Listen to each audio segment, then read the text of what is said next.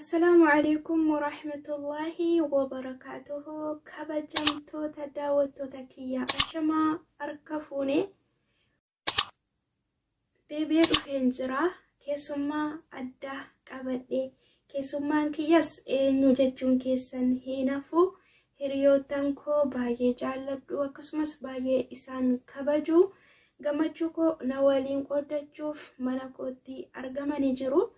Isaanis hiwoot hin beektu jedhee yaada. YouTube kanarratti nama gargaaruudhaan hojii adda addaa hojjechuudhaan nama hunda cinaa kan dhaabbattu hin beektanii hiwoot akkasumas itti aansuudhaan birqee hin beektu birqeedha. Gammachuuko na waliin qoodachuudhaaf dhufanii jiru. Anillee simadhe baga nagaan dhuftanii hiriyootan koo kabajamoo fi jaallatamoo jedheen jira. Isinillee akkanaaf simattanii abdiin qaba. Akkasumatti baay'ee takka hunduma keessanuu warra koomentiidhaan na jajjabeessaa jirtan akkasumas viidiyoo hojjettanii baga gammaddee baga rabbiin guyyaa kanaan si ga'e jechuudhaan gammachuu keessan haala adda addaatiin ibsataa jirtanii. Baay'ee sin kabajaa baay'ee sin jaalladha. Ammallee na waliin gara fuulduraattillee akka yaada jajjabinaa waan sirraa'uu qabullee na barreessuudhaan na sirreessuudhaan dandeettii qabdanuun hookaa beekumsa qabdanuun na cinaa dhaabbattanii na gargaartanuu abdiin qaba. Ammallee gargaarsi keessan rabbii gaditti akka na waliin jiraatu abdiin qaba. Ammallee na wajjiniin turaa isiniin jedha.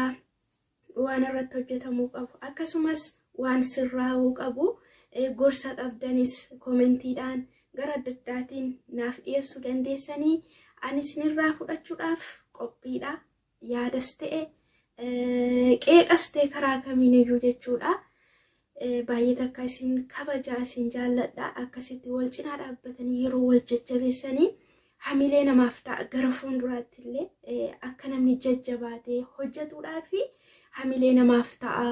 Baay'ee takka isin galateeffadha. Gammachuu kiyya naaf qooddatanii gara adda addaatiin gammachuu keessan naa ibsaa jirtanii baay'ee tokkoon isin galateeffadha. Hunduma keessaniyyuu baay'ee isin jaalladha. Baay'ee isin kabajaa.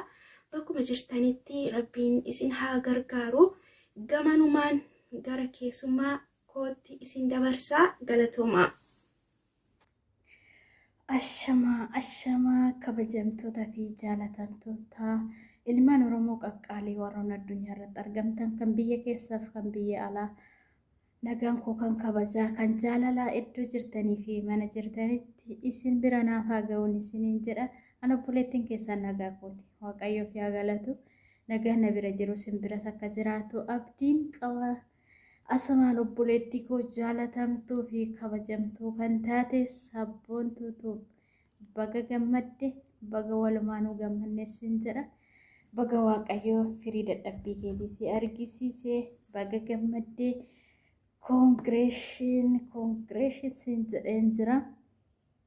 Baga rabbiin dadhabbii firii keetii si argisiisee ilmi namaa tokko dadhabee hojjetee firii dadhabbii ofii gaafa argate ni gammadaa keessi isaatiillee boqonnaa argata waan ta'eef baga gammaddee baga rabbi si gammachiisee sin jechuu jaaladha. Obboleettii koo kabajamtuu fi jaalatamtuu kan taate sabboontuutu ammas immooyyutu gammachuu dhuma hin qabne gammachuu bara jireenya kee guutuu gammaddee jiraattu rabbi siif haa taasisu sin jedha.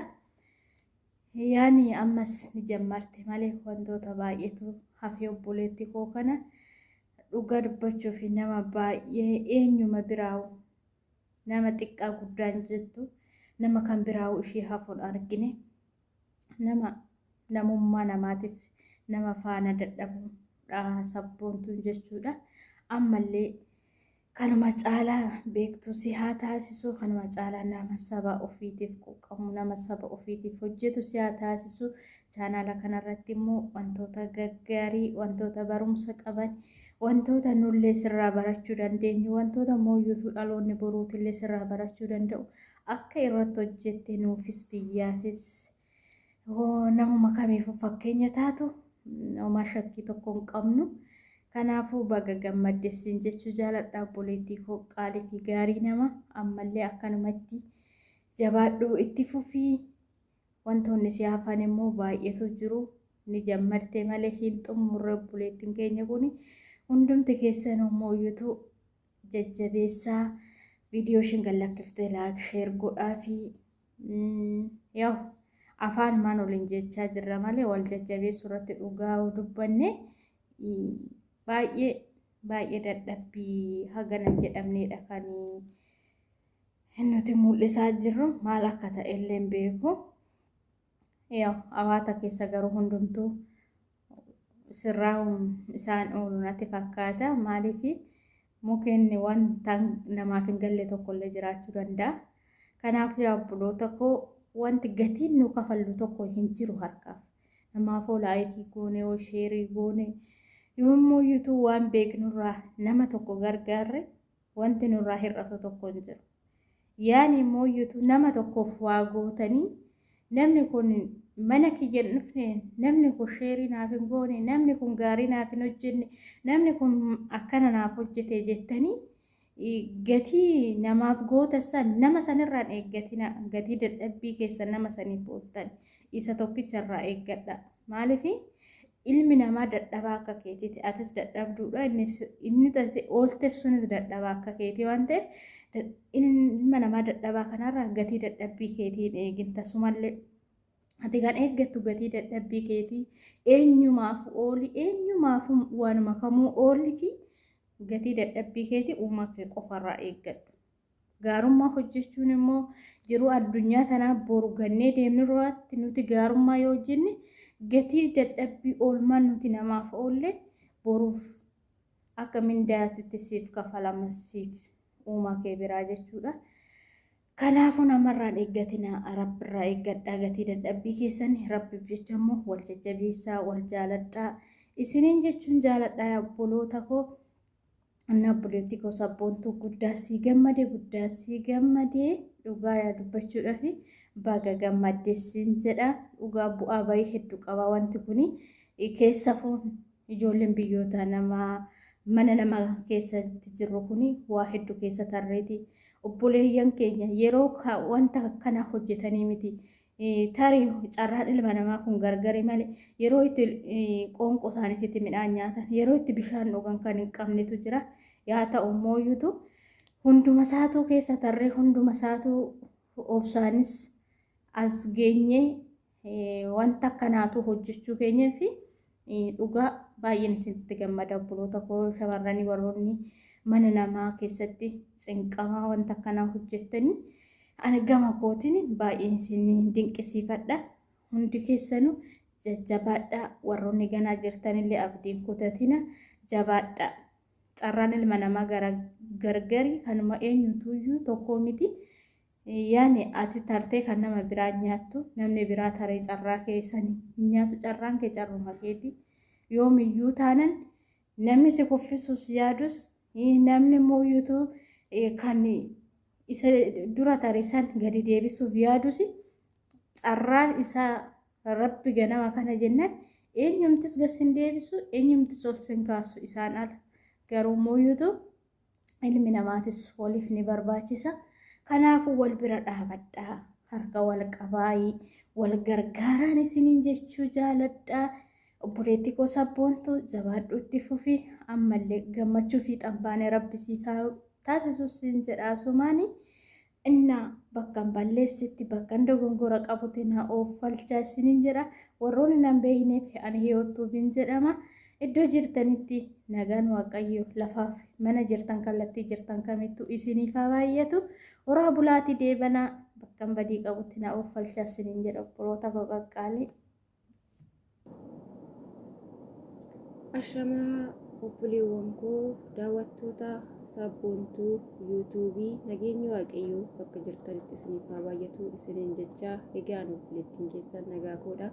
Isin akkam jirtaniin isiniin jedha. Egaan mannitti argamee jiru mana obboleettii keenya kabajamtuu fi jaallatamtuu kan taate sabboontuu yuutuubiiti. Egaa obboleewwan koo obboleettiin keenya kunii akkuma beekamu gammaddeerti. Gammachuu ishii kana immoo iyyuu ishii wajjiniin qooddachuudhaaf mana ishiitti argameen jira. Isinis warri gammachuu kana obboleettii keenya wajjiniin qooddanne dhaqnee waliin haa qooddannu jechuun gamanumaan dhaamsa koon isinii dabarsa jechuudha. Egaa obboleettii koo sabboontuu baga gammaddee gammachuun kee keenya nutis immoo iyyuu gammachuu kee kana sirraa qooddannee jirra. Baga gammaddee congratulations jedheen jira obboleettii koo. Kanatti aansuudhaanii ammallee immoo iyyuu akkuma yeroo duraa saatii guuttachuudhaa fi mana ormaa keessatti hojii ormaa wajjin rakkachaa akkasuma gama tokkoon yuutuubii hojjechaa dhiphachaa waan hunda keessa dabartee rakkoo hedduu keessa dabartee guyyaa firii gammachuu kee guyyaa har'aa kana argitetti isteebii isaa si hafanis immoo iyyuu ammas kan gara fuulduraa kee jiranii jabaattee akkuma duraa jabaattee gammachuu guyyaa har'aa kana argite isteebii isa fuuldura kee jiran hundumaa jabaattee hojjettee gara fuulduraa akka deemtus abdii guddaan qaba. Jabaadhu hojjedhu siin jedha. Akkuma duraatti irratti dadhabdetti ammas irratti dadhabdee akka galma geessu abdii qabna obboleewwan kee baay'ee tokko siif gammanne gammachuun kee keenya waan ta'eef akkasuma obboleewwan keenya obboleettii keenya kana akkuma dura yeroo isheen saatii guuttattu bira dhaabachuudhaanii yoo viidiyoo ishii daawwachuudhaanii laayikii gochuudhaan asiin geessan ammallee viidiyoo ishii daawwadhaa jajjabeessaa akka isheen gara fuulduraatti jabaattee deemtee galma guddaa geessu taasisaan isiniin jedha obboleewwan koo. Egaa kana fakkaata gammachuun ani si wajjin qooddadhe obboleettii koo baay'ee tokkoon siif gammadee ammallee jabaadhu waan barumsa nuuf ta'u nuuf dabarsiisin jenna yuutuuba kanarratti hojjedhuuti. Egaa daawwattoonni sabboontuu yuutuubii hanga yoonaa turtii waan na wajjin taasistaniif hundumti keessanuu galatoomaa ulfaadhaa isiniin jechuun jaalladha. Egaa ammaanis immoo iyyuu gammachuu kana sabboontuu wajjin qooddadhee gara mana kootti deebi'uu fedha waan ta'eef turtii gaarii isiniif haa ta'u hundumaa keessaniif.